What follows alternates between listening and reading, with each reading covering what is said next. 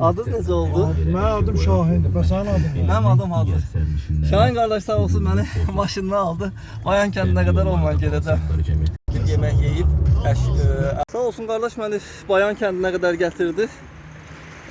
Döngəsinə qədər. Buradan sonra yenə üzü qalx istiqamətinə avtostop eləyəcəm. Biraz qabağa gedəcəm, o hissələrdən avtostop eləyəcəm.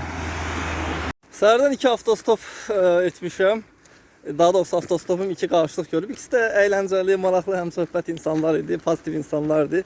Ona görə avtostopum çox pozitiv başladı. Avtostopum yenə qarşılıq gördü, çox şükür. Hop.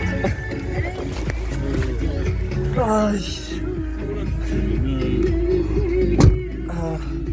Qardaşların adı necə oldu? Mənim adım Anar. Anar qardaş sağ olsun məni maşından aldı və Şəkiyə qədər aparacaq. Çox sağ ol qardaş.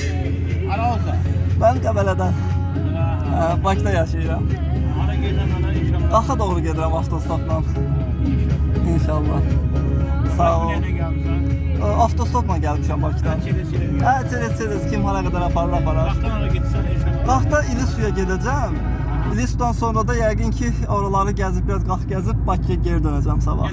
Avtostopla bəli. Aslında bax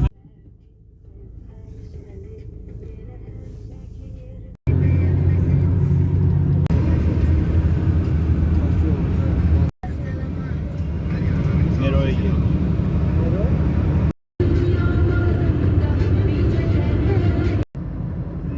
Ne kadar şey aldı?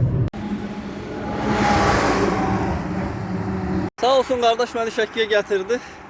İndi gedirəm qarşıdan avtostop eləyəcəm. Üzü Qaxa doğru.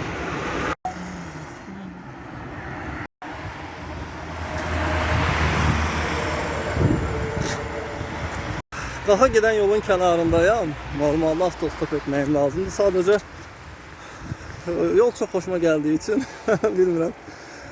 Yorulmayasınız. Biraz gəzmək istədim.